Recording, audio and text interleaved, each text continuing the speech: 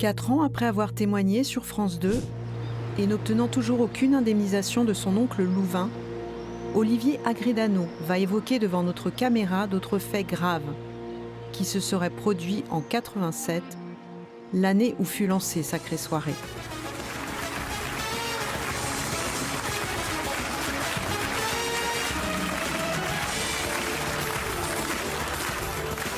Des faits qui se seraient déroulés à plusieurs reprises après l'émission dans l'ancienne maison de Gérard Louvain à Sèvres, aujourd'hui revendue.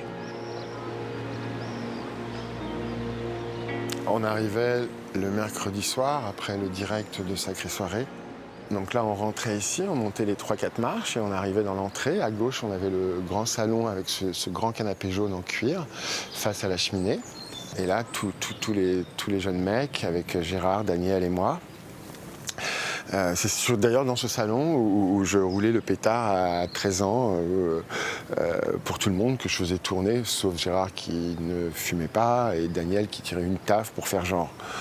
Les autres fumaient et ensuite on passait, enfin d'ailleurs eux allaient d'abord dans un premier temps dans cette chambre en face de moi là, la chambre où je dormais une fois que tout le monde partait. Et c'est là que Gérard me disait allez vas-y va les retrouver. Donc je me sentais dirigé par Gérard, enfin j'étais dirigé par Gérard. Et là, j'ouvrais la porte et je voyais commencer des mecs à se branler entre eux, se faire des fellations. Daniel qui me disait « Viens, viens ». Et j'approchais et Daniel me dirigeait comme un chef d'orchestre. D'ailleurs, comme un chef d'orchestre dans la situation, dans la chambre. C'était un peu lui qui maniait tous ces jeunes mecs, quoi. Dont moi, l'ado, quoi, le jeune ado.